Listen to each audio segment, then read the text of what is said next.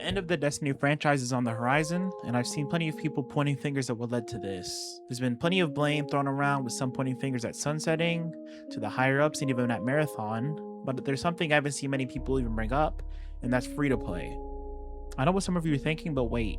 Yes, Warframe is free to play, and they're doing pretty good right now, so what's different about Destiny? I'm sure if you've tried to get anyone into Destiny later on into its life, you can answer that for yourself.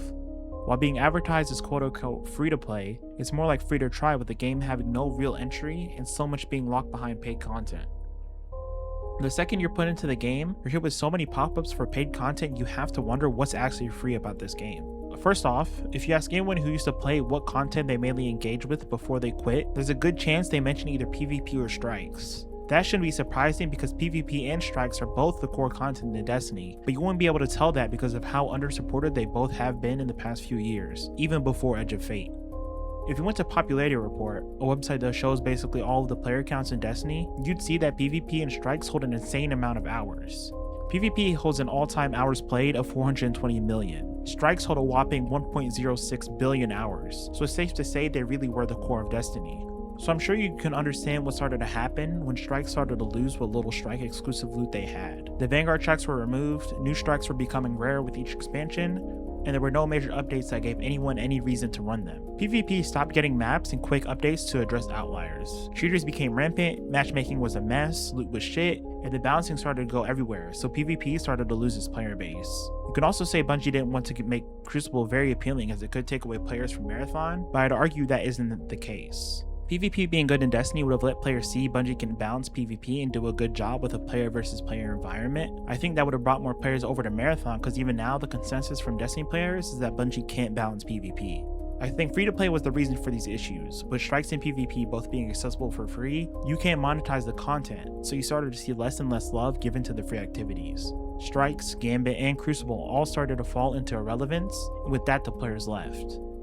Over time, we saw expansions also start to bring less and less strikes, with them eventually adding Battlegrounds into the Vanguard playlist to fill the noticeable gap of the little strikes we did get. We didn't get any PvP maps for a long time till we were blessed with the Disjunction. After a few more years, we get a PvP map pack which actually had some good maps, but the devs made some questionable meta changes during that time which didn't help.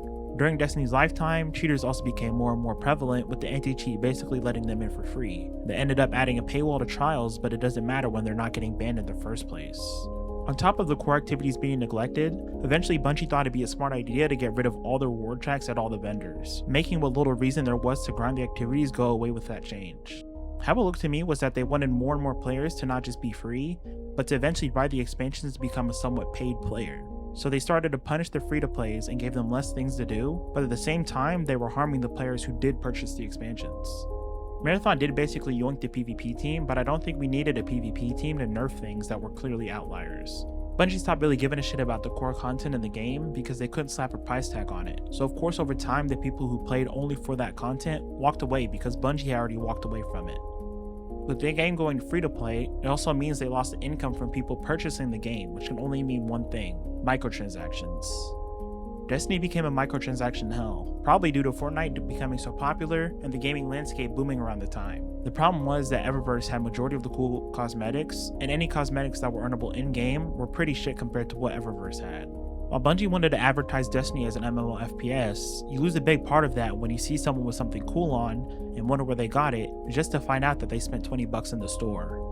Later on, after some dev layoffs, it had come out that the higher-ups didn't want to add cosmetics that were earnable in-game because that could take away sales from Eververse. Instead of having earnable cosmetics in-game, you'd complete a challenge to unlock the ability to spend your money on the cosmetic from the challenge you just did.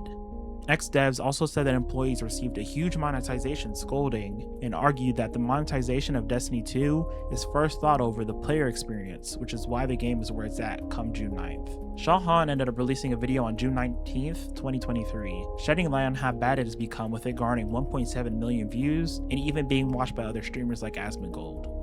From event passes to dungeon keys to already having to pay for expansions, then finding out that the money was being put into the creation of another game, many were fed up and walked away.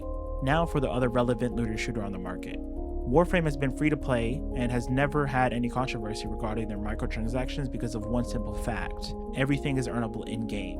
Warframe has no paid DLCs, with everything actually being free. From story, new Warframes, weapons, and expansions all being completely free. It allows anyone to experience the entire thing whenever they want. Destiny, on the other hand, makes players feel like they have to keep constantly buying content to not fall behind. This paywall makes it harder to jump back in once you've taken a break because there's no one thing to buy. It's usually even more confusing for newer players who don't know what to buy, which makes onboarding even worse than it already is. With Monument of Triumph though, at the end of the game's lifetime, they finally figured it out though and made one bundle of everything you need, which is what I think the game needed all along. If they wanted to be a more subscription-like game, they should have chose a side instead of wavering in between. I would have suggested a format like Final Fantasy XIV with a subscription, because it would have at least meant the entire game was getting content, but a dev suggested that and shot down. In the end, there were many factors in why Destiny came down this path, and there's really only one true culprit, which is the greed of the studio heads. Obviously, if we had higher ups who were more in touch with the gaming, then Destiny's future and past would look very different than it does now. Unfortunately, it's pretty clear that we got the higher ups who were more worried about retention and not over delivering than the ones who were passionate about the game that we're on top of. Thank you all for watching if you got this far. I do hope you get a Destiny 3, but in my opinion, I think the Bungie higher ups need to all be taken out, and a full reevaluation of the studio's priorities needs to happen before we can get that. If you enjoyed the video, a like and a subscribe would be greatly appreciated. Sorry for the little break or taking too long to post stuff. I've been playing a lot of Destiny. You know, the update's pretty good. Of course, they over-deliver at their very end. Typical Bungie. But yeah, thank you all. Have a good one.